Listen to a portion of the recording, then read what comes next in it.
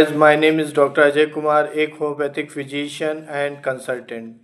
दोस्तों, एक whole body eruption का केस जो कि एक लगभग 35 ईयर ओल्ड महिला मेरे पास ट्रीटमेंट के लिए आई।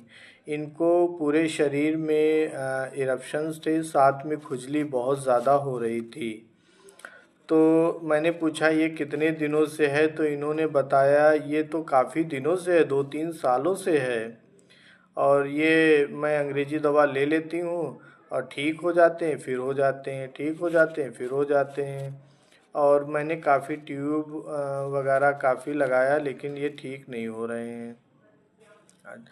तो मैंने फिर उनका स्वभाव पूछा कि आपका स्वभाव कैसा रहता है। तो इन्होंने बताया कि मुझे गुस्सा बहुत ज़्यादा आता है और मैं गुस्से में कुछ बोल भी देती हूँ, कह भी देती हूँ, लेकिन पछतावा मुझे इतनी जल्दी नहीं आता है। मुझे देर में पछतावा आता है। और फिर मैंने और मुझे मैं अगर मुझसे कोई गलत बात मुझे कोई गलत बात कह देता है तो मुझे बर्दाश्त नहीं होता है। मैं उसको बर्दाश्त नहीं करती हूँ, फिर और गुस्सा आने लगता है मुझे। और फिर मैंने पूछा कि कोई दुख वगैरह तो नहीं रहता है। तो उन्होंने बताया कि लगभग 1 साल हो गए हैं, मेरे पिताजी ख़त्म हो गए। तब से मुझे बहुत दुख है, उनकी काफ़ी याद आया करती है। तो फिर मैंने पूछा रोना वगैरह कैसा रहता है, तो इमोशनल बहुत जल्दी हो जाती हैं, रोना बहुत जल्दी आ जाता है। तो ये सब पेशेंट के भाव थे। इन्हीं भावों के आधार पर मैंने कुछ रूब्रिक्स लिए। एक तो उन्होंने बताया कि गुस्सा आता है लेकिन पछतावा देर से आता है। तो मैंने एक रूब्रिक्स लिया, इंट्रो इन्फेक्शन।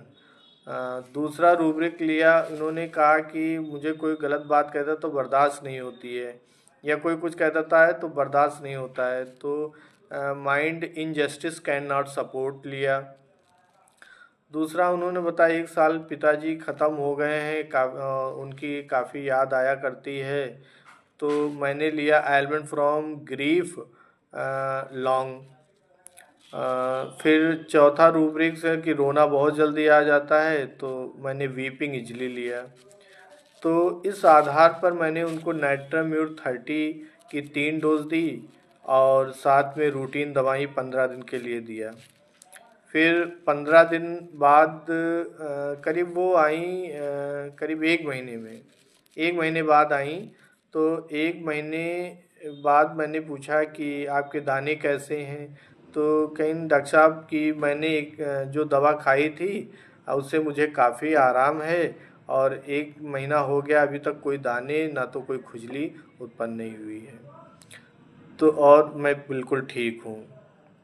तो दोस्तों, अगर यह वीडियो आपको पसंद आया है तो इसे लाइक करें, इस पर कमेंट्स करें और अपने दोस्तों को शेयर करें। Thank you.